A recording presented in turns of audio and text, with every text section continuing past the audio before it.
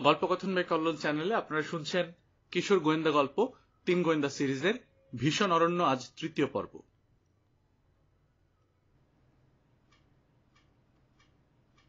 ধ্রিম ধ্রিম ধ্রিম ধ্রিম ছড়িয়ে পড়ছে একটানা শব্দ। ঢাক, চেঁচিয়ে উঠল কিশোর। সতর্ক করে দিচ্ছে গায়ের লোককে। শঙ্কিত হয়ে পেছন ফিরে তাকালো সে, কিন্তু আর কোনো কেন দেখা গেল না।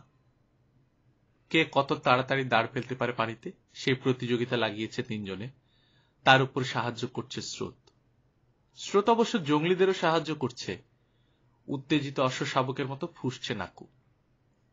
চুপ থাক খোকা, তোকে দেখার সময় নেই এখন, মুসা বলল। দুধের বোতলটার উপর নজর পড়ল তার। কড়া রোদে পড়ে আছে, গরমে নষ্ট হয়ে যাবে দুধ। অনেক মূল্য দিতে হয়েছে ওর জন্য, আরো কত দিতে হবে কে জানে। মালপত্রের ছায়ায় বোতলটা ঠেলে দিল মুসা, ভেজা রুমাল দিয়ে ঢেকে দিল। ম্যাপের কথা ভোলেনি কিশোর, কিন্তু এখন যা অবস্থা, প্রাণ বাঁচানোই মুশকিল। থাক তো ম্যাপ আঁকা। তার সমস্ত হতাশা আর ক্ষোভ গিয়ে পড়ল যেন দাঁড়ের উপর। গায়ের জোরে ঝপাত করে ফেলল পানিতে। সামনে আরেক বিপদ। পানির গর্জনই বোঝা যায় হঠাৎ ঢালু হয়ে গেছে নদীটা। অনেক গুণ বেড়ে গেছে স্রোতের তীব্রতা। রোদে লাফিয়ে উঠছে সবুজ সাদা ঢেউ।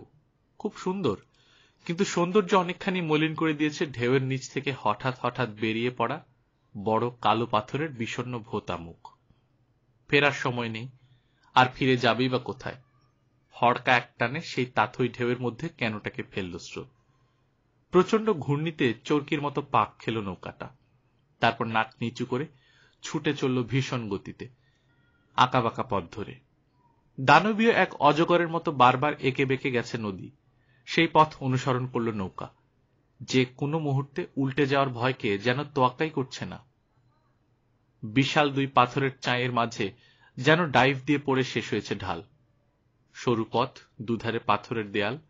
সামান্যতম এদিক ওদিক হলেই দেয়ালে বাড়ি খেয়ে চুরমার হয়ে যাবে নৌকা। সামনের গোলের কাছে বসেছে কিশোর, মাঝে রবিন, পেছনে মুসা। নৌকা বাওয়ায় দক্ষ বলেই একই সাথে হাল ধরা এবং দাঁড় বাওয়ার কঠিন দায়িত্বটা নিয়েছে সে। আতঙ্কিত চোখে গিরিপথের দিকে তাকালো কিশোর। কি করবে? দাঁড় আড়াআড়ি ধরে ঠেকানোর চেষ্টা করবে? কয়েকটা ঘটনা ঘটতে পারে তাহলে। প্রচন্ড চাপ সইতে না পেরে দুটুকরো হয়ে যেতে পারে দাঁড়। ধাক্কা দিয়ে চিৎ করে ফেলতে পারে তাকে, কিংবা ছুটে এসে বুকে বাড়ি মেরে ফেলে দিতে পারে পানিতে। তার মানে দাঁড় দিয়ে ঠেকানোর চেষ্টা করে লাভ হবে না। কিশোর সিদ্ধান্ত নেওয়ার আগেই লাফ দিয়ে গিয়ে গিরিপথের মুখে পড়ল নৌকা। সা করে ঢুকে পড়ল ভেতরে। ভাগ্য আরেকবার পক্ষ নিল তাদের। কোনো দেয়ালেই ধাক্কা লাগলো না, এমনকি সামান্যতম ঘষাও নয়। স্রোতের ঠিক মাঝখান দিয়ে তীর বেগে ছুটে চলল নৌকা। ভীষণ গর্জন, দুপাশ দিয়ে ঝঞ্ঝার বেগে ছুটে চলেছে যেন দুটো এক্সপ্রেস ট্রেন। চাপে পড়ে পাগল হয়ে গেছে বুঝি মাতাল স্রোত। গা ঝাড়া দিয়ে পথ পরিষ্কারের চেষ্টা করছে, ফলে বৃষ্টির মতো ছিটাচ্ছে পানির ছাট। অন্ধ করে দিতে চাইছে যেন অভিযাত্রীদের। এত ঘন ছাট, মনে হচ্ছে পথ জুড়ে রয়েছে সাদাটে অসংখ্য চাদর। ওই চাদরকে ছিঁড়ে সুড়ঙ্গ তৈরি করে তার ভেতর দিয়ে ছুটে চলেছে কেনটা। ঢালু জায়গা সোজা হয়ে গেছে অনেক আগেই। কমতে শুরু করলো স্রোতের তীব্রতা। সামনে সামান্য উঁচু হয়েছে পথ, তার গোড়ায় পানির ফেনা। পাথরের চাঙড় পেছনে ফেলে এলো নৌকা। গর্জন হঠাৎ করে অনেক কমে গেছে। সামনে পথ উঁচু, তাই স্রোতও খুব কম, দাঁড় বাইতে হচ্ছে। পানির আওয়াজ কমে যেতেই এখন আবার শোনা যাচ্ছে ঢাকের শব্দ। দারুণ দেখিয়েছ, নৌকার তলায় শুয়ে দুর্বল কণ্ঠে বললেন মিস্টার আমান। মনে হয় ওদিক দিয়ে ঘুরে আসবে ব্যাটারা, অনেক সময় লাগাবে, বলল কিশোর। ওই যে আসছে, চেঁচিয়ে উঠল রবিন। ঝট করে পেছন ফিরে তাকালো কিশোর আর মুসা। ঘুরে নয়, চাঙড়ের ভেতর দিয়ে আসছে ওরাও। অভিযাত্রীদের দেখে পানির গর্জন ছাপিয়ে চেঁচিয়ে উঠল জঙ্গলিরা। সোজা ছেড়ে দিয়েছে তাদের কেন, ঢাল বেয়ে পড়ছে। চাঙড় দুটোর মাঝে পড়ে ক্ষণিকের জন্য হারিয়ে গেল নৌকাটা। আবার যখন ভাসল দেখা গেল উল্টে গেছে। ঢেউয়ে হাবুডুবু খাচ্ছে তিনটে কালো মাথা। আনন্দে চেঁচিয়ে উঠল ছেলেরা। কিন্তু তাদেরটা ডুবলো না, ইন্ডিয়ানদেরটা ডুবলো কেন? ওরা তো কেন চালানোয় অনেক বেশি দক্ষ। কিশোর অনুমান করল মালের বোঝাই তাদের নৌকাটা বাঁচিয়ে দিয়েছে। তার উপর তলায় শুয়ে রয়েছেন মিস্টার আমান। তলা ভারী হয়ে যাওয়ায় ভারসাম্য ভালো হয়েছে নৌকাটার, গড়াগড়ি কম করেছে, কাত প্রায় হচ্ছেই না। ঢালের উপর আরেকটা কেন দেখা গেল, তার পেছন আরেকটা, দুটোই নেমে এলো ঢালের নিচে। চাঙরের মাঝে ঢোকার আগ মুহূর্তে সাই করে পাশ কেটে সরে গেল পাশের প্রণালীতে। অভিযাত্রীদের পিছু না দিয়ে আশ্চর্য দক্ষতায় পাথরে ঠেকিয়ে নৌকা আটকালো জঙ্গলিরা। উল্টে যাওয়া ক্যানোটা তুলতে শুরু করলো, আর পড়ে যাওয়া তিনজনকেও। জোরে জোরে দাঁড় বাইতে লাগলো তিন গোয়েন্দা। খানিকটা সময় পাওয়া গেছে, এই সুযোগে সরে যেতে হবে যত দূরে পারা যায়। সমান জায়গাটা পেরিয়ে এলো, আবার ঢালু হতে শুরু করেছে পথ। অনেক দীর্ঘ একটা মোড় নিয়েছে নদী। তারপর আরেক সমস্যা, বিশাল পাহাড়ের মাঝে একটা সরু সুড়ঙ্গ, উপরে ছাদ নেই, তার মাঝে ঢুকে গেছে নদীটা। জায়গাটা ওখানে ঢালু, ফলে স্রোতের বেগ বেড়েছে। এগিয়ে গেলে ওটার মধ্যেই ঢুকতে হবে, আর কোনো পথ নেই। মস্ত ঝুঁকি হয়ে যাবে সেটা। একবার সুড়ঙ্গে ঢুকে গেলে আর পিছিয়ে আসা যাবে না। পেছনে উজান, নামতে হবে ভাটির দিকে, চলে যেতে হবে শেষ মাথা পর্যন্ত। সেখানে কি আছে জানে না ওরা। তীরে ভেড়ানোর সময় আছে এখনো, কিন্তু তাতে লাভটা কি হবে? জঙ্গলের মধ্যে ইন্ডিয়ানদের ফাঁকি দিয়ে 100 গজও যেতে পারবে না, তারা কি ধরা পড়বে? ফিরে চেয়ে দেখল কিশোর, উল্টানো নৌকাটা সোজা করে ফেলেছে জঙ্গলিরা। আরোহীরা তিনজনে তাতে উঠে বসেছে, তাড়া করে আসবে আবার। না, তীরে ভেড়ানো যাবে না, বেশি ভাববার সময়ও নেই। দাঁড়বে এগিয়ে চলল ওরা সুড়ঙ্গ মুখের দিকে। দূর থেকেই শোনা গেল সুড়ঙ্গে পানি ঢোকার গর্জন। পাহাড়ের পাথুরে দেয়ালে বাড়ি খাচ্ছে শব্দ, তাতে শব্দ আরো বেশি মনে হচ্ছে। পেছনে আর 100 গজ দূরেও নেই জঙ্গলিরা। দাঁড়বে এগিয়ে আসছে দ্রুত, এক নাগাড়ে চেঁচাচ্ছে। তীর ছুটতে শুরু করেছে কেউ কেউ, কিন্তু রেঞ্জ পাচ্ছে না। অভিযাত্রীদের অনেক পেছনে পড়েছে তীর। সুড়ঙ্গমুক্ত নয়, যেন হাঁ করে রয়েছে এক মহাদানব। তার কালো মুখ গহ্বরে গলগল করে ঢুকছে রাশি রাশি পানি। ভাবনা চিন্তার সময় নেই। দানবের মুখে ঢুকে পড়ল অভিযাত্রীরা, ছুটে চলল তার কণ্ঠনালী ধরে। পেছনে আবার শোনা গেল উত্তেজিত চিৎকার। চকিতের জন্য একবার মুখ ফেরালো কিশোর। সুড়ঙ্গে ঢোকার আগ মুহূর্তে নৌকার মুখ ঘুরিয়ে ফেলেছে জঙ্গলিরা, ভেতরে ঢুকছে না। আসছে না, আনন্দে চেঁচিয়ে উঠল রবিন। ভয় পেয়েছে। কিন্তু কিশোরের মুখ কালো হয়ে গেল। তলপেটে শূন্য এক ধরনের অনুভূতি, শীত লাগল। কড়া রোদ থেকে আচমকা সুড়ঙ্গের ঠান্ডা ছায়ায় ঢোকার কারণে নয়, সে ভয় পেয়েছে, ভীষণ ভয়। ইন্ডিয়ানরা যেখানে ঢুকতে সাহস পায়নি, সেখানে নিশ্চয়ই লুকিয়ে আছে ভয়ঙ্কর কিছু। হয়তো সামনে রয়েছে নিশ্চিত মৃত্যু। কাউকে কিছু বলল না সে, চুপ করে কান পেতে শুনছে। দ্রুত পেছনে পড়ছে পানির গর্জন। সুড়ঙ্গ মুখের পর থেকে আর শব্দ করছে না পানি, নিঃশব্দে বয়ে চলেছে ঢাল বেয়ে। সামান্যতম কুলকুল শব্দও নেই। স্নায়ুর উপর 10 মণ ভারী চাপ সৃষ্টি করতে থাকে যেন এই অদ্ভুত নীরবতা। পাহাড়ের দুই দেয়ালের মাঝে মাত্র 30 ফুট মতো ফাঁক। খাড়া প্রায় 200 ফুট উঠে গেছে দেয়াল। ফিতের মতো এক চিলতে নীল আকাশ চোখে পড়ে সেই ফাঁক দিয়ে। আকাশটা যেন অপরিচিত, অন্য কোনো পৃথিবীর। সোজা এগুলো একটা কথা ছিল, অভিযাত্রীদের বিপদ বাড়ানোর জন্যই যেন জায়গায় জায়গায় বাঁক নিয়েছে গিরিপথ, ছোট বড় মোড় নিয়েছে। হাল ধরে নৌকার নাক ঠিক রাখতে রাখতে হিমশিম খেয়ে যাচ্ছে মুসা। দেয়ালের সঙ্গে নাকের একটা বাড়ি লাগলেই শেষ। বড় আরেকটা মোড় বেরোল নৌকা। জোরে দীর্ঘশ্বাসের মতো শব্দ হলো। চমকে উঠল ওরা, ঝট করে তাকালো উপরে। বাতাস না পানির শব্দ?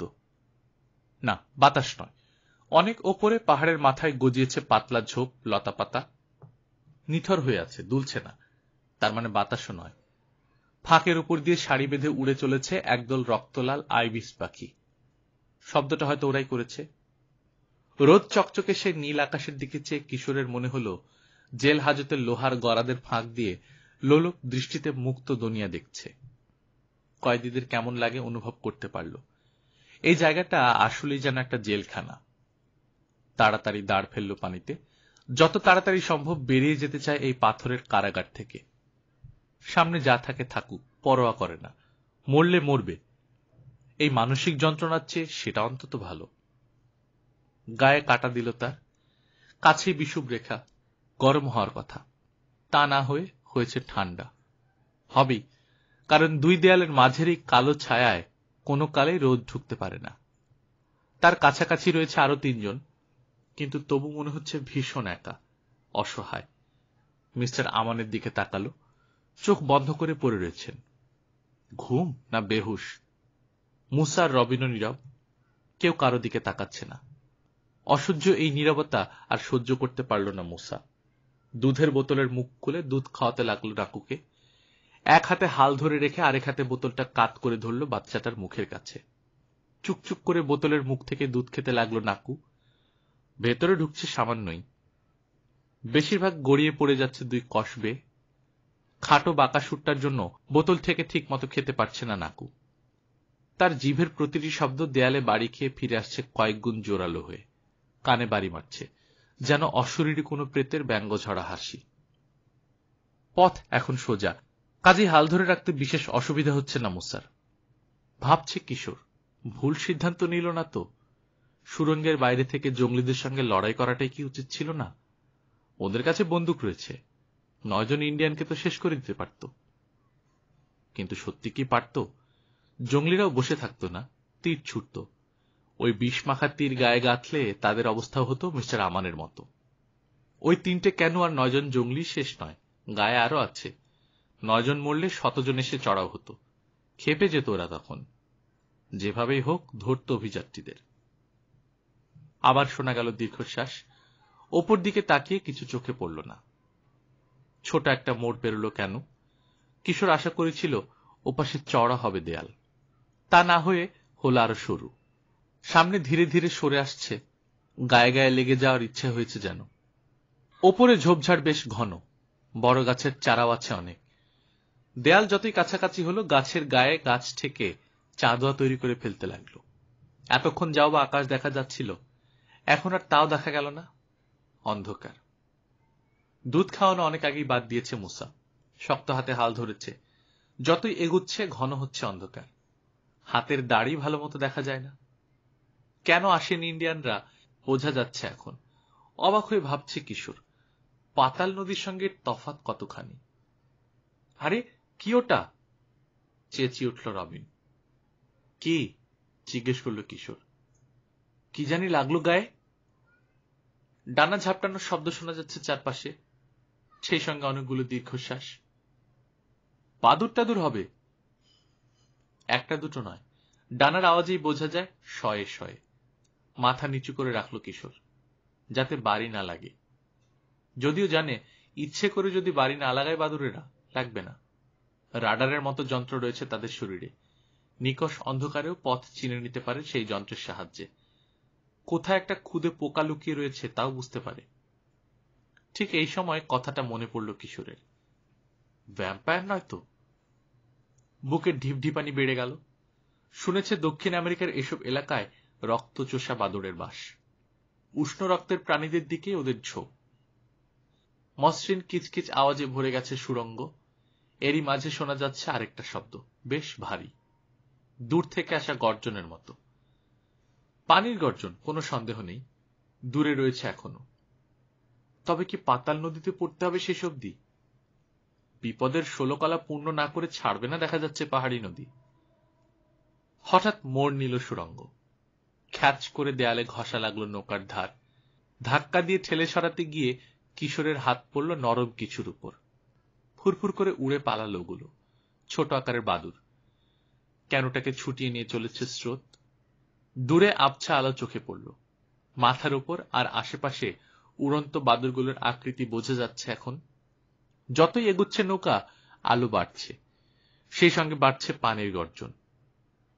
বেরোতে পারবো মনে হচ্ছে, আশা হলো রবিনের। সামনে যাই থাক, পেছনের ওই মৃত্যুফাত থেকে ভালো, ভাবল সে।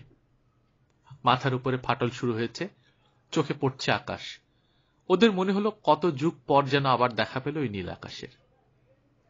আরেকটা তীক্ষ্ণ মোড়, হুশ করে হঠাৎ খোলা জায়গায় বেরিয়ে এলো নৌকা। চোখ ধাঁধিয়ে দিল তীব্র আলো। খোলা মুখে আদর করে চাপড় মারল যেন ভেজা বিশুদ্ধ বাতাস। বড় বড় এলোমেলো ঢেউ একে অন্যের সঙ্গে বাড়ি খেয়ে ইলশে গুড়ির মতো মিহি পানির কণা ছিটিয়ে ভিজিয়ে দিচ্ছে গা। সামনে মুখ বাড়ালো মুসা। যাচ্ছি কোথায়?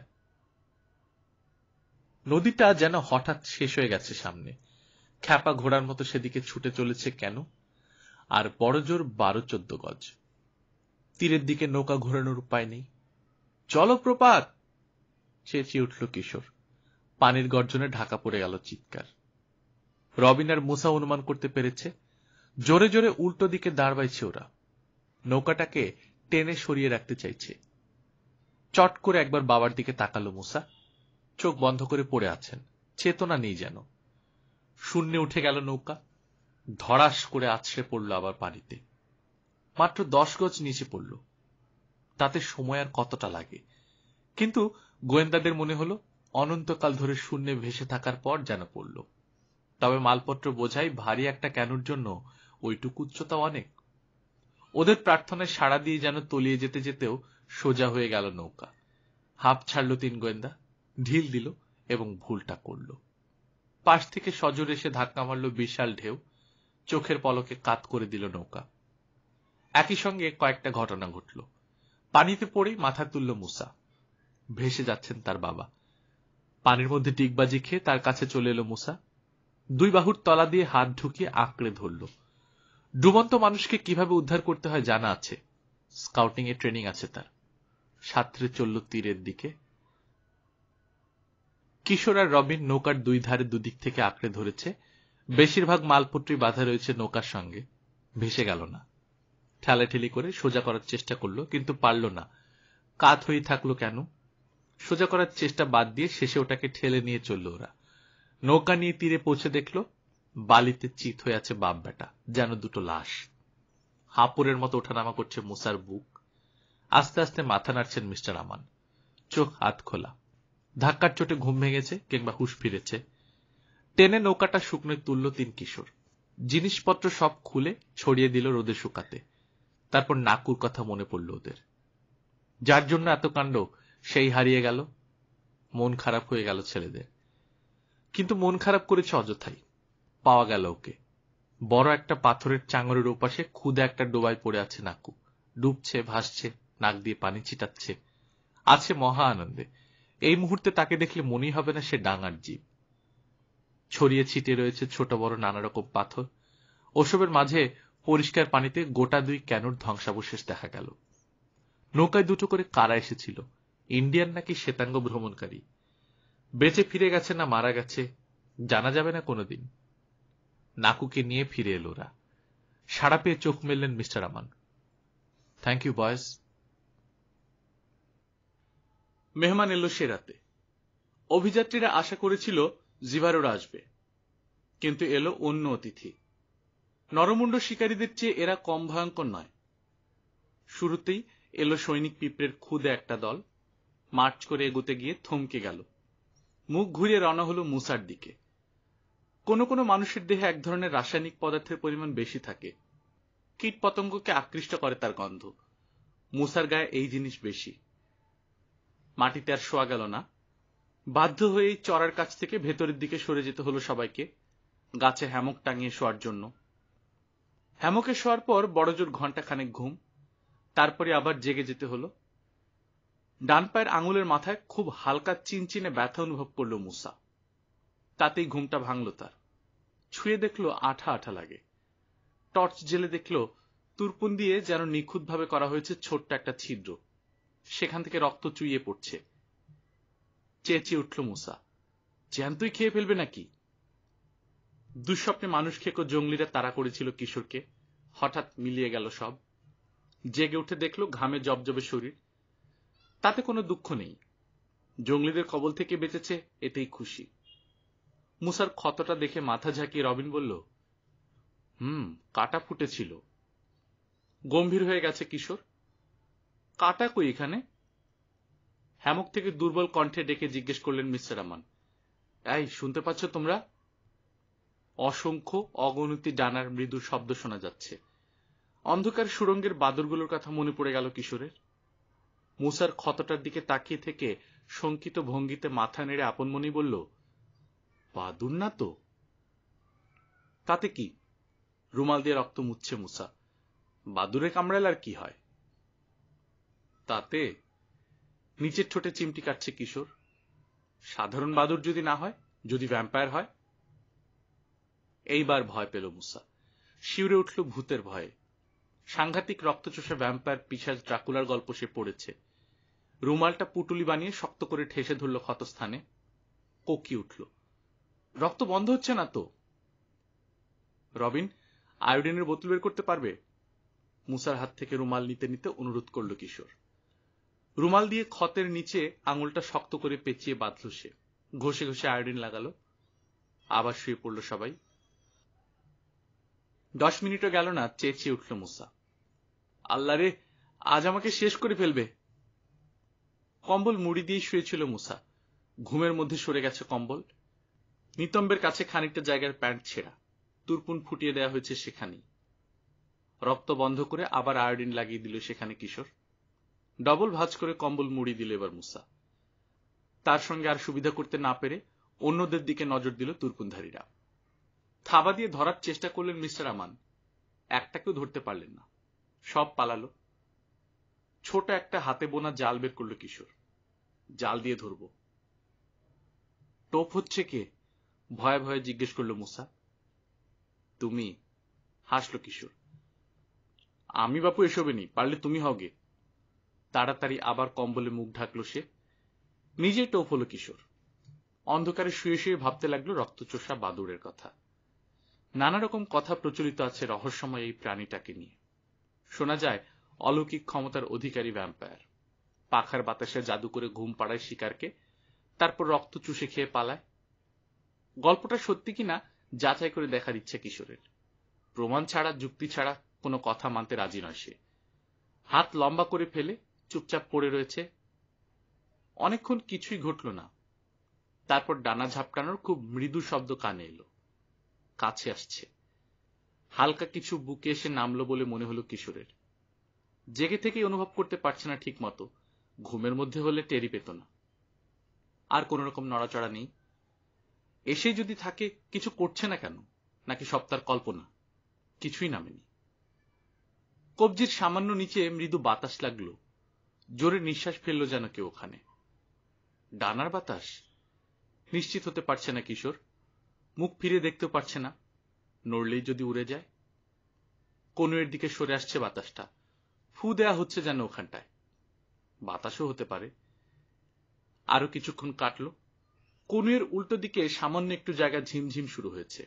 অসাড় হয়ে আসছে। মনে মনে চমকে গেল কিশোর। ভ্যাম্পায়ার সম্পর্কে বিশেষ কিছু জানতে পারেনি বিজ্ঞানীরা, তবে যেটুকু জেনেছেন তাজ্জব করে দেওয়ার জন্য যথেষ্ট। কেউ কেউ বলেন শিকারের গায়ে এত সাবধানে ছিদ্র করে এই বাদুড় যে শিকার সেটা টেরি পায় না। আসলে ব্যাপারটা তা নয়। যেখানে ছিদ্র করে তার চারপাশে আগেই লালা লাগিয়ে দেয় ওরা। ফলে সাময়িকভাবে অবশ হয়ে যায় জায়গাটা। ছিদ্র করার ব্যথা টের পায় না তখন শিকার। কিশোর কল্পনা করল ছিদ্র হয়ে গেছে, রক্ত চোয়াতে শুরু করেছে, কিন্তু তবু নড়ল না। একটু পরেই বুঝতে পারল কল্পনা নয়, সত্যি। যেটুকু জায়গা অবশ হয়েছে, রক্ত গড়িয়ে তার বাইরে চলে আসতেই টের পাওয়া গেল। তার মানে রক্ত খাওয়া শুরু করেছে বাদুড়টা। প্রথমবারে অনেক জ্ঞান হয়েছে, অনেক কিছু জেনেছে। আর বেশি জানার চেষ্টা করল না। রক্ত খেয়ে পেট ভরে গেলে উড়ে যাবে বাদুড়। তার আগেই ধরতে হবে। মনের আর বাঁ হাতের সমস্ত জোর এক করে জালটা ঘুরিয়ে এনে ফেলল ডান হাতের উপর। এমন ভাবে চেপে ধরল যাতে কোনো ফাঁক না থাকে, বেরিয়ে যেতে না পারে শিকার। খুব সাবধানে আস্তে করে ডান হাতটা সরিয়ে আনলো জালের তলা থেকে। তারপর জালের মুখের দড়ি টেনে ফাঁস আটকে বন্ধ করে দিল, থলের মুখ বন্ধ করার মতো করে। টর্চ জ্বালল। না, কল্পনা নয়, ঠিকই। হাতের ইঞ্চি দুয়েক জায়গা জুড়ে রক্ত। থাকুক, কিছু হবে না, পরে মুছে নিলেই চলবে। জালের ভেতর কি আছে দেখল। ছটফট করছে কুৎসিত চেহারার একটা প্রাণী। ধরেছি, ধরেছি, চেঁচিয়ে উঠল কিশোর। লাফ দিয়ে হ্যামক থেকে নেমে এলো রবিন আর মুসা। আরে, এই যে দেখছি একেবারে সেই লোকটার চেহারা। ওই ব্যাটাই ভূত হয়ে এলো না তো? বলে উঠল মুসা। কার কথা বলছো? জিজ্ঞেস করল কিশোর। আরে, রাতে কিটোতে যে লোকটা আমাদের পিছু নিয়েছিল। ভুল বলেনি মুসা। লোকটার সঙ্গে এই জীবটার চেহারার অনেক মিল। ভ্যাম্পায়ারকে নিয়ে অনেক রোমাঞ্চকর গল্প, পিশাচ কাহিনী লেখা হয়েছে। খুব জনপ্রিয় হয়েছে সেগুলো। বাদুরটাকে দেখে সেসব মনে পড়ছে কিশোরের। সবচেয়ে সাড়া জাগানো ভ্যাম্পায়ারের গল্প ড্রাকুলা। জীবটার চেহারা দেখে মনে হয় না গল্পগুলোতে বাড়িয়ে বলা হয়েছে কিছু। অন্ধকারের জীব, যেন অন্ধকারে মিশে রাখার জন্যই কালো রোমশ চামড়া ওকে দিয়েছে প্রকৃতি। লাল লাল চোখ, ছবিতে দেখা শয়তানের চোখের কথা মনে করিয়ে দেয়। ভোতা নাক, খাড়া চোখা কান, চূড়ার কাছে কয়েকটা লম্বা রুম। নিচের চল ঠেলে বেরিয়ে আছে সামনের দিকে, কুৎসিত, ভীষণ কুৎসিত। এই আনো তো দেখি, ডাকলেন মিস্টার আমান। দেখে টেকে বললেন, শয়তান আর বুলডগের মাঝামাঝি চেহারা। হঠাৎ বিকট ভঙ্গিতে হা করে তীক্ষ্ণ চিৎকার করে উঠল জীবটা। বেরিয়ে পড়ল লম্বা চোখা জিভ, টকটকে লাল, তাতে রক্ত লেগে রয়েছে। দাঁত মাত্র কয়েকটা, ছোট ছোট কিন্তু ধারালো। ওপরের পাটিতে দুই দিকে দুটো সদন্ত, সরু চোখা, একেবারে যেন ড্রাকুলা ছবিতে দেখা ড্রাকুলার দাঁত, যেগুলো দিয়ে মানুষের গলা ফুটো করে রক্ত খায় ভূতটা। বাদুরের মুখে রক্তের পাশাপাশি চটচটে পিচ্ছিল এক ধরনের পদার্থ লেগে রয়েছে। নিশ্চয়ই তার দেহ কারখানার তৈরি কোনো সাংঘাতিক ক্রিয়াশীল অবশকারী পদার্থ মিশে আছে ওই লালায়। যা লাগলে দেহ তো অবশ্যই, রক্ত বেরিয়ে জমাট বাঁধতে পারে না। হাতের দিকে তাকালো আবার কিশোর। জমাট বাঁধছে না রক্ত, চুইয়ে চুইয়ে ফোটা ফোটা এখনো বেরোচ্ছে। খুব খারাপ এটা, বিশেষ করে ছোট ছোট প্রাণীর জন্য। ভ্যাম্পায়ারের কামড়ে মরে না প্রাণীগুলো, আর বাদুর রক্ত খায় খুব সামান্য। ওটুকু রক্ত শরীর থেকে গেলে কিছুই হওয়ার কথা নয়, কিন্তু মরে অন্য কারণে। রক্ত জমাট বাঁধতে পারে না, ক্ষত দিয়ে অনবরত বেরোতে থাকে বলে রক্তক্ষরণে মারা যায় তার শিকার। জোরে ডানা ঝাপটে বেরিয়ে যাওয়ার চেষ্টা করল বাদুরটা, কিন্তু শক্ত জাল, একটা সুতোও ছিঁড়তে পারল না, পারবেও না। ফল খেকো বিশাল বাদুরের তুলনায় এটা অনেক ছোট। ওগুলোর ডানা ছড়ালে হয় 3 ফুট, এটা 12 ইঞ্চি হবে কিনা সন্দেহ। আর এতটুকুন শরীর, এই ইঞ্চি চারেক। শয়তানির বেলাতেও এর সঙ্গে ফল খেকো বাদুরের কোনো তুলনা হয় না। নিয়ে যেতে পারলে পুরো $5000। হাতের 5 আঙ্গুল দেখালো কিশোর। যে কোনো চিড়ে এখানে দিবে, কিন্তু বাঁচিয়ে নিয়ে যাওয়াটাই তো মুশকিল। হ্যাঁ, মুশকিলটা হবে খাওয়া নিয়ে, বলল রবিন। খাওয়াবে কি? হেসে মুসার দিকে তাকালো। 2 হাত নাড়তে নাড়তে পিছিয়ে গেল মুসা। খবরদার আমার দিকে চেও না, আমি রক্ত দিতে পারবো না। হেসে ফেলল সবাই। সে পরে দেখা যাবে। জালটা মুসার দিকে বাড়িয়ে দিয়ে বলল কিশোর, ধরো এটা, আগে রক্ত বন্ধ করি। থামেই তো না। রবিন, আয়োডিন। বোতল আনার জন্য রওনা হয়ে গেল রবিন। ভ্যাম্পায়ার তো ধরা পড়ল, সমস্যা হলো খাওয়াবে কি সেটা নিয়ে। মিস্টার আমান পরামর্শ দিলেন উষ্ণ রক্তের কোনো প্রাণী শিকার করে আনার জন্য। সকালে নাস্তা সেরে শিকারে চলল তাই কিশোর আর মুসা। মিস্টার আমান দুর্বল, হ্যামকে শুয়ে রইলেন। ক্যাম্প পাহারায় রইল রবিন।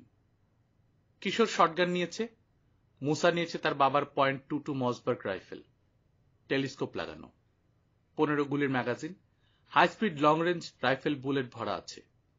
হালকা কিন্তু বেশ শক্তিশালী অস্ত্র। এটা দিয়ে কলোরাডোতে পুমার মতো জানোয়ার মেরেছেন মিস্টার আমান। পুমা যখন মরেছে, মুসার আশা টিগ্রেও মরবে। 8 ঘন্টা ঘোরাঘুরির পর পছন্দসই একটা জানোয়ারের দেখা পেল ওরা। কিশোর জানালো ওটা ইঁদুর গোষ্ঠীর সবচেয়ে বড় প্রাণী ক্যাপিবারা। বড়গুলো আকারে ভেড়ার সমান হয়, তবে এটা অনেক ছোট, বোধহয় বাচ্চা। একটা ঝোপে লুকিয়ে নিশানা করল মুসা, টিপে দিল ট্রিগার। বাজ পড়ল যেন। রাইফেলের আওয়াজ সামান্যই, এত জোরে হয় না। তাহলে শব্দ করল কে? মুসার ধারণ হলো ক্যাপিবারাটাই গর্জন করেছে। লুটিয়ে পড়ল ওটা। দুজনকে চমকে দিয়ে ঝড় উঠল যেন ক্যাপিবারার পেছনে একটা ঝোপে। লাফিয়ে বেরিয়ে এলো একটা হলদে জানোয়ার, গায়ে কালো কালো গোল ছাপ। টিগ্রে। ওটাই গর্জন করেছে। ঝোপের আড়াল থেকে নিশানা করেছিল ক্যাপিবারাটাকে। গোলমাল হয়েছে দেখে গর্জন করে বেরিয়ে এক লাফে ঢুকলো আরেকটা ঝোপে। হারিব বাবা, কত বড় দানব! ক্ষিপ্রতাটা কি! শক্তিও নিশ্চয়ই তেমনই। .22 দিয়ে টিগ্রে মারার চিন্তা বাদ দিল মুসা। ক্যাপিবারাটাকে মারার আগে যে জাগুয়ারটাকে দেখেনি, গুলি করে বিপদে পড়েনি, সেই জন্য বারবার ধন্যবাদ দিল ভাগ্যকে। এই খেলনা দিয়ে ওই দানব ঠেকাতে পারত না। টিগ্রে চলে যাওয়ার পরে অনেকক্ষণ নড়ল না দুজনে। তারপর কোনো সাড়া শব্দ না পেয়ে সাবধানে বেরোল। পা টিপে টিপে চলল শিকারের দিকে। ঘাসের উপর পড়ে রয়েছে ক্যাপিবারা, অনড়। এদিক ওদিক চেয়ে জানোয়ারটাকে তুলল মুসা। শটগানে এলজি ভরে পাহারা দিচ্ছে কিশোর। ক্যাপিবারা নিয়ে দুজনে দিল ছুট। এক দৌড়ে চলে এলো ক্যাম্পে। তারের জাল, খুব সরু লোহার শিক আর খাঁচা বানানোর অন্যান্য যন্ত্রপাতি নিয়ে আসা হয়েছে। ইতিমধ্যে একটা খাঁচা প্রায় বানিয়ে ফেলেছে রবিন। মুসা আর কিশোরও হাত লাগালো। খাঁচা তৈরি করে তার ভেতর ভ্যাম্পায়ারকে রাখা হলো। এর একটা নাম রাখা দরকার, প্রস্তাব দিল রবিন। ইবলিশ, বলে উঠল মুসা। শুনতে ভালো লাগে না, কিশোর বলল। তাহলে কি? ঘুরে নাচালো রবিন। রক্তচোষা? হ্যাঁ হ্যাঁ, খুব ভালো। ইংরেজি ব্লাড সাকারের চেয়ে ভালো। ক্যাপিবারাটাকে ভরে দেওয়া হলো রক্তচোষার খাঁচায়। ঘিরে এলো 3 গোয়েন্দা, কৌতূহলী চোখে দেখছে। নড়লও না রক্তচোষা। খাঁচার কোণে উল্টো হয়ে চুপচাপ ঝুলে রইল। নিচের ঠোঁটে বার 2 চিমটি কাটল কিশোর। বড় বেশি আলো খাঁচার ভেতর। একটা কম্বল দিয়ে ওপরটা ঢেকে দিল সে। ছায়া তৈরি করলো ভেতরে। আগের মতোই ঝুলে রইল রক্তচোষা। তারপর নড়তে শুরু করলো। খাঁচার জালে নখ আটকে ঝুলে ঝুলে এগোলো, খুবই সতর্ক। ক্যাপিবারাটার উপর এসে ঝুলে রইল এক মুহূর্ত। তারপর আলগোছে ছেড়ে দিল নখ। হালকা পালকের মতো পড়ল ওটার ওপর। গুলির ক্ষতের কাছে রক্ত জমে আছে। আস্তে করে ওটার কাছে গিয়ে অনেকটা মাকড়সার মতো জাপটে ধরল চামড়া। চেটে চেটে খেতে শুরু করলো রক্ত। হাসি ফুটল কিশোরের মুখে। ব্যাপারটা তাহলে সত্যি। বেশিরভাগ লোকের ধারণা ভ্যাম্পায়ার চুষে রক্ত খায়। কেউ কেউ অন্য কথা বলে, চেটে খায়। তাই তো দেখা যাচ্ছে। কুৎসিত মুখ থেকে স্ফুলিঙ্গের মতো ছিটকে বেরোচ্ছে নীলচে লাল জিভটা। ঢুকছে বেরোচ্ছে, ঢুকছে বেরোচ্ছে। সেকেন্ডে 4 বারের কম না, অনুমান করল কিশোর। বেড়াল আর কুকুর যেমন করে তরল খাবার খায়, তেমনি করে খাচ্ছে ওটা, তবে অনেক দ্রুত। ওটার নাম রক্ত চাটা হওয়া উচিত, বলল সে। অন্য দুজনের আপত্তি নেই। মালপত্র গুছিয়ে আবার কেন ভাসালো ওরা। সেদিন আরেকটা জীব ধরা পড়ল। দুপুরে খাওয়ার জন্য নৌকা থামিয়ে নেমেছিল ওরা। মুসা দেখল জীবটাকে। মাথার উপর গাছে বসে চেয়ে রয়েছে ওদের দিকে। খুদে, লেজ বাদ দিলে ইঞ্চি 3 হবে, কয়েক আউন্স ওজন। নরম সোনালি রোমে ঢাকা শরীর। চোখের চারপাশ আর মুখটা বাদে সেখানটায় সাদা, যেন চুরি করে টিন থেকে ময়দা খেতে গিয়ে ময়দা লাগিয়েছে। ইশারায় কিশোর আর রবিনকে দেখালো সে, বাবাকেও দেখালো। পিগমি মার্মোসেট, ফিসফিসিয়ে বললেন মিস্টার আমান। ধরতে পারো কিনা দেখো, ভালো টাকা পাওয়া যাবে। বসে আছে জিপটা, বাতাসে ডাল দুলছে। আঁকড়ে ধরে ওটাও দুলছে ধীরে ধীরে। ব্যাগ খুলে ডার্ট গান বের করলো কিশোর। ডার্ট ভরল। আগের জায়গাতেই রয়েছে মার্মোসেট। অন্যান্য বানরের মতোই কৌতূহলী, মানুষের কাজকর্ম দেখছে। তবে আর সব জাত ভাইয়ের মতো বানর নয়। দুষ্টুমি নেই, লাফালাফি নেই, শান্ত সুবোধ লক্ষ্মী ছেলে। নাও মারো। ডার্টগান মুসার দিকে বাড়িয়ে দিল কিশোর। গোয়েন্দা সহকারীর নিশানার উপর এখন অগাধ আস্থা তার। তুমি মারো, মুসা বলল। অনেকক্ষণ লাগিয়ে ভালো মতো সই করল কিশোর। ট্রিগার টিপল। ভেবেছিল লাগবে না, কিন্তু লাগলো। পাখির মতো কিচিরমিচির করে উঠল বানরটা। সূচের মতো জিনিসটা ধরে টানাটানি শুরু করলো। মুখে বিরক্তি, যেন বলছে, আহ কি জ্বালাতন, এই মানুষের জ্বালা একটু শান্তিতে বসার জন্যই। ক্রিয়া শুরু করেছে ঘুমের ওষুধ। টলে উঠল বানরটা। মাথা উল্টে দিল। ডাল থেকে ছুটে গেল আঙুল। খসে পড়তে শুরু করলো। পেছনে সোজা হয়ে রইল লেজটা। এতই হালকা, প্রায় নিঃশব্দে ঘাসের উপর পড়ল জিভটা। দৌড়ে গিয়ে তুলে নিল মুসা। ঘুম ভাঙতে বেশি সময় নিল না। চোখ মেলল মার্মোসেট। চোখের ঘোলাটে তারা ধীরে ধীরে উজ্জ্বল হলো। লেজের সোনালি রোম ফুলে উঠল কাঠবেড়ালির লেজের মতো। কিচমিচ শুরু করল। বিচিত্র ভঙ্গিতে মুখের ভেতর থেকে বেরোচ্ছে অদ্ভুত সাদা জীব। গাল দিচ্ছে যেন। মানুষের বাচ্চা মানুষ, জীবনে আর বানর হবি না তোরা, একেবারে বকে গেছিস। হেসে আদর করে ওটার মাথায় হাত বলল কিশোর। কেমন লাগছে ময়দা খেকো? ব্যাস, নাম একটা হয়ে গেল মার্মোসেটেরও। ওই খেকো টেকো বাদ দাও, প্রতিবাদ করল মুসা। খালি ময়দা। মুচকি হাসল কিশোর। ঠিক আছে, তাই সই। রবিন কিছু বলল না। জানে, বলে লাভ নেই। নাম রাখার ব্যাপারে মুসার কিছু জেদ আছে। ভুল করে পুরুষ ভেবে একটা কবুতরের একবার নাম রেখেছিল টম। যখন জানা গেল ওটা মেয়ে, ওটার নাম টমই রইল। কিছুতেই পাল্টাতে রাজি হলো না সে। পৃথিবীর সবচেয়ে ক্ষুদে বানর, বিড়বিড় করল রবিন। হ্যাপেইল পিগমেয়াস। কি বললে? ভুরু কুচকে তাকালো মুসা। ওটা ল্যাটিন নাম, বৈজ্ঞানিক। চলে যাক ল্যাটিন, বাংলা অনেক সোজা, ময়দা। ওই হ্যাপেল ফ্যাপেল মুখে আসবে না আমার। আবার ভাসল কেন? গুণ আর রূপ দিয়ে দেখতে দেখতে সবাইকে আপন করে নিল ময়দা। পাখির মতো কিচমিচ করে বড় বড় লাফ মারে, একবার এর উপর গিয়ে পড়ে, একবার ওর উপর। কিন্তু এত হালকা সে, কারো কোনো অসুবিধা হয় না। ওর সবচেয়ে আনন্দ কিকামোর সঙ্গে খেলা করা। ভিজে যাওয়ার পর নষ্ট হওয়ার ভয়ে বস্তা থেকে খুলে ফেলা হয়েছে ওকে। নৌকায় একটা খুঁটি বেঁধে তাতে ওর চুল বেঁধে ঝুলিয়ে রাখা হয়েছে। লম্বা কালো চুলে ঝুলে ঝুলে যেন বাতাস খায় মহাবীর। তার চুল নাড়াচাড়া করতে খুব ভালোবাসে বানরটা। নাকুর সঙ্গে ভাব হয়ে গেছে ময়দার। রক্তচাটাকে দু চোখে দেখতে পারে না। খানিক পরপরই লাফ দিয়ে গিয়ে তার খাঁচার উপর উঠে কয়েকটা করে গাল দিয়ে আসে।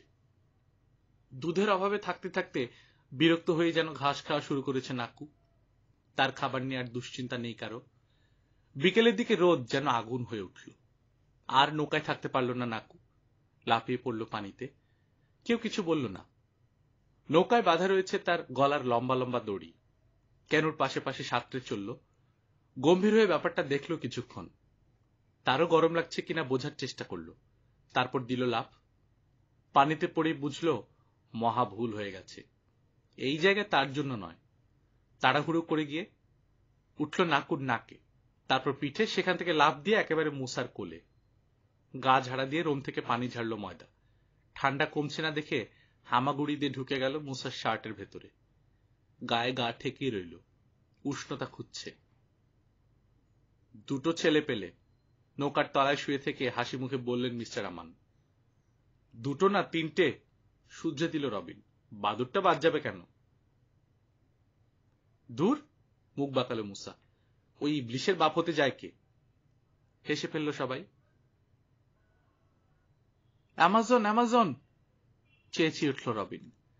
অনেক বড় একটা মোড় ঘুরেই বিশাল জলরাশিতে ঝাঁপ দিল কেন। মোহনায় পৌঁছে গেছে। পাক খেয়ে খেয়ে বইছে বাদামি স্রোত। কোথাও ঢেউ উটের পিঠের মতো কুজো, কোথাও ফুলে ফুলে উঠছে সিংহের কেশরের মতো। দেখেই অনুমান করা যায় স্রোতের প্রচণ্ডতা। ম্যাপে আঁকা রহস্যময় বিন্দু রেখা ধরে 5 দিন চলেছে ওরা। নতুন একটা ম্যাপ যখন তৈরি হবে, ওই বিন্দুগুলো আর থাকবে না, পুরোপুরি রেখা হয়ে যাবে। মাঝখানে কিছু সময় বাদে ম্যাপ আঁকা চালিয়ে গেছে কিশোর। যাতে নষ্ট না হয় সেজন্য কাগজটা যত্ন করে একটা ওয়াটারপ্রুফ বোতলে ঢুকিয়ে সেটা আবার ঢুকিয়েছে ওষুধের বাক্সে। অ্যামাজন, পৃথিবীর বৃহত্তম নদী। মিস্টার আমান উত্তেজিত, ছেলেরা উত্তেজিত। ক্যানুর অন্য আরোহীদের মাঝে উত্তেজনা দেখা যাচ্ছে। নদী দেখে নয় হয়তো, নৌকা বড় বেশি দোল খাচ্ছে বলেই। তাপিরের বাচ্চা গো গো করল, মারমোসেট কিচমিচ করল। এমনকি তন্দ্রালু ভ্যাম্পায়ারও কর্কশ চিৎকার করে উঠল খাঁচার অন্ধকার কোণ থেকে। একমাত্র কি কেমন নির্বিকার, আধ বোঝা চোখ মেলল না। লম্বা চুলে ঝুলে থেকে ঢেউয়ের তালে তালে খালি মাথা দোলাচ্ছে বিষণ্ণ ভঙ্গিতে। সত্যি এটা অ্যামাজন? বিশ্বাস করতে পারছে না মুসা। হ্যাঁ না দুটোই বলা যায়, মুখ খুলল কিশোর। তবে হ্যাঁ বলাই ঠিক। আমেরিকান জিওগ্রাফিক্যাল সোসাইটির ম্যাপ খুলে দেখো, দেখবে এখান থেকে আটলান্টিক পর্যন্ত পুরোটার নামই আছে। যেমন এই অংশটার নাম ম্যারানন, ম্যারানন নদী এসে মিশেছে বলে।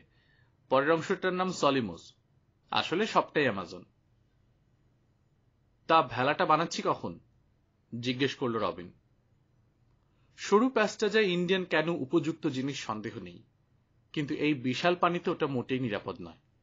তাছাড়া ছোট্ট ক্যানুতে জানোয়ার রাখার অসুবিধে, জায়গায় নেই।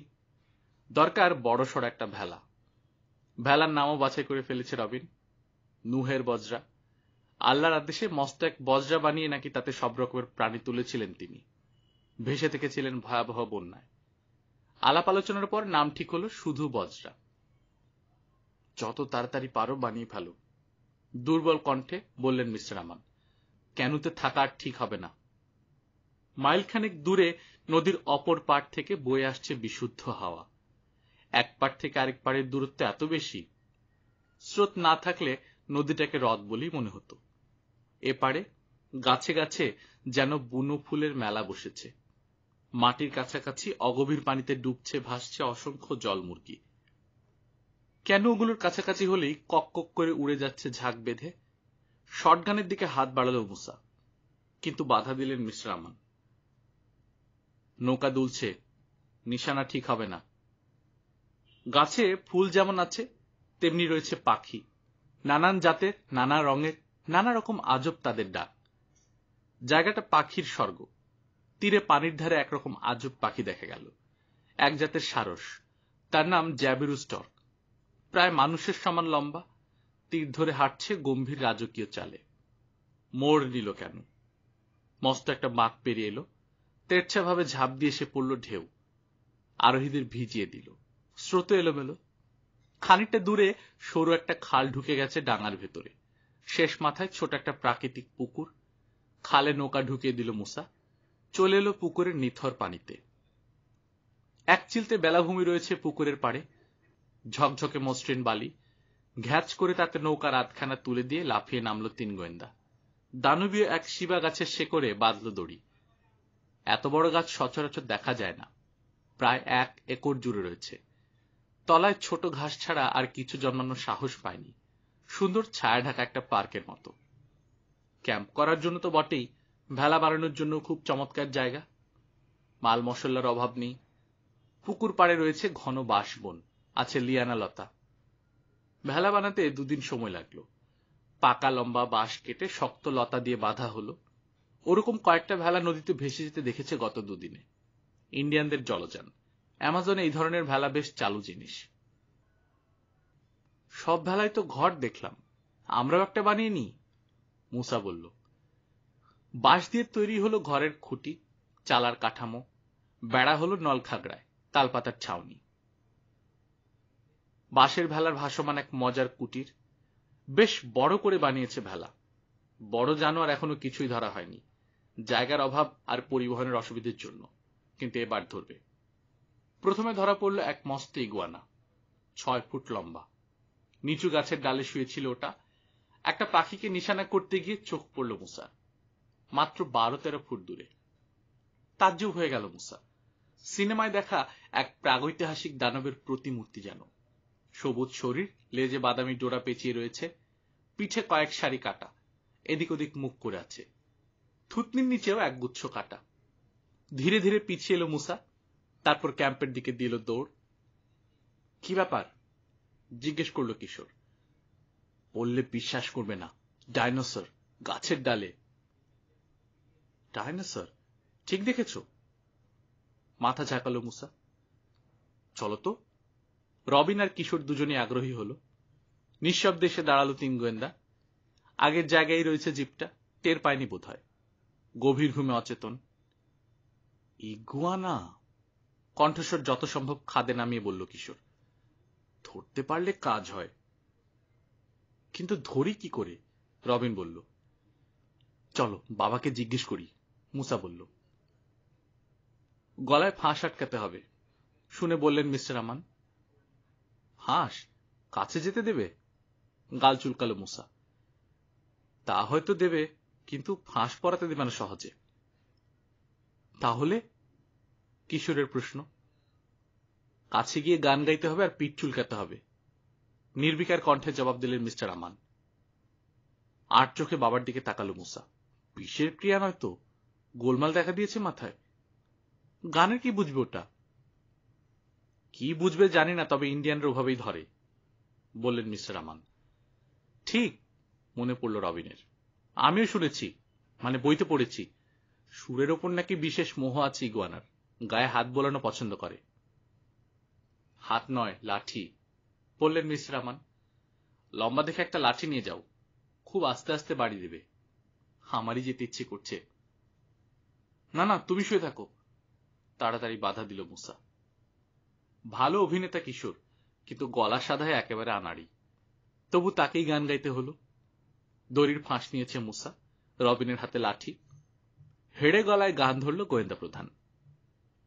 মানুষ জানোয়ার কোনো কিছুকে আকৃষ্ট করার কথা নয় সে গানের। তবু দেখা যাক ইগুয়ানার বেলায় কি ঘটে। দূরে দাঁড়িয়ে জিপটার খসখসে চামড়ায় আলতো খোঁচা দিল রবিন। খুব আস্তে আস্তে বাড়ি মারল কয়েকবার। ফাঁস হাতে দাঁড়িয়ে আছে মুসা, উত্তেজনায় কাঁপছে। নড়ল ইগুয়ানা, চোখ মেলল, মুখ ফিরিয়ে তাকালো অভিযাত্রীদের দিকে। প্রতিটি নড়াচড়ায় কুড়েমির লক্ষণ। হাঁ করে হাই তুলল। নিচের দিকে ঝুলে পড়েছে চোয়াল। আটকে উঠল মুসা, সারি সারি ধারালো দাঁত। গান থেমে গেল কিশোরের। শক্ত কামড় দেয়, হুঁশিয়ার করল রবিন। তবে খারাপ ব্যবহার না করলে কিচ্ছু বলবে না। কিশোর, থামলে কেন? গাও। বাড়ি মারা থামালো না সে। মুসা, তাড়াহুড়া করো না, ঘাবড়ে দিও নকে। লেজ খসে গেলে কোনো চিড়িয়াখানায় নেবে না। ভুরু কুচকে গেল মুসার। লেজ খসে যাবে? হ্যাঁ, টিকটিকির মতো। ওভাবে না, ওভাবে ফাঁস পড়াতে পারবে না। একটা লাঠিতে বেঁধে নাও, তারপর আস্তে করে গলিয়ে দাও মুখের উপর দিয়ে। ও কি কিশোর, গান থামাও কেন? গাও গাও। মুখ ব্যথা হয়ে গেল যে। আরে চলে যাবে তো, গাও। লাঠি জোগাড় করে আনলো মুসা। গান আর লাঠির বাড়ি সমানে চলছে। লাঠির মাথায় ফাঁসটা ঝুলিয়ে আস্তে আস্তে সামনে বাড়ি দিল সে। ইগুয়ানা নড়লেই থেমে যাচ্ছে তার হাত।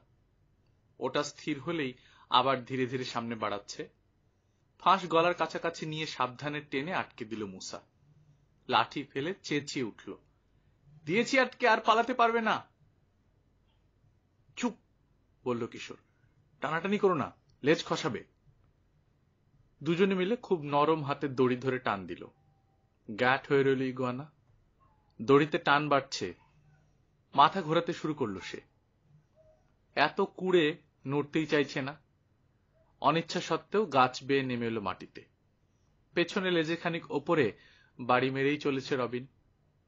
চাপাচাপি করল না ওরা, কিন্তু দড়িতে ঢিলও দিল না। টেনে টুনে ক্যাম্পের কাছে নিয়ে গেল ইগুয়ানাটিকে। ভেলায় তুলতে হবে। কাজটা অনেকখানি সহজ করে দিল ইগুয়ানা। মুসা ভেলায় উঠে টানছে। অনেক সহ্য করেছে ইগুয়ানা, আর করল না। পায়ে কামড় বসাতে ছুটে গেল। লাফ দিয়ে সরে গেল মুসা। ততক্ষণে শরীরের বেশিরভাগটাই ভেলায় উঠে গেছে জিপটার। বাকিটুকু তুলতে বিশেষ কষ্ট হলো না ছেলেদের। ভেলা থেকে মাটিতে নেমে বসে পড়ল মুসা। যথেষ্ট পরিশ্রম হয়েছে।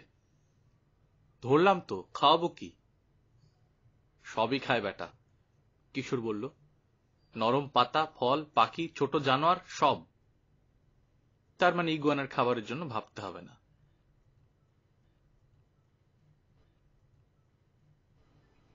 গল্পকথন বাই কল্লোল চ্যানেলে আপনারা শুনছিলেন 3 গোয়েন্দা সিরিজের গল্প ভীষণ অরণ্য, আজ 3য় পর্ব। আমরা নিয়মিত গল্প পাঠ করে শোনাচ্ছি। আপনারা যারা প্রথমবার মতো শুনছেন, কাইন্ডলি সাবস্ক্রাইব করে নেবেন। নিজে ভালো থাকবেন, আশেপাশের লোকজনকে ভালো রাখবেন। টাটা।